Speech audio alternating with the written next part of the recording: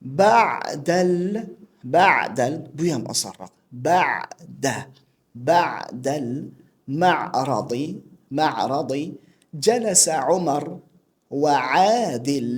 Men oxirgi harakatlarni o'qimayapman, to'xtaganligim sababli.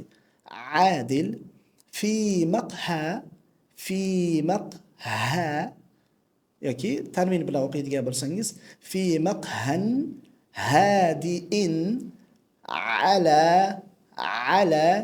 shari'in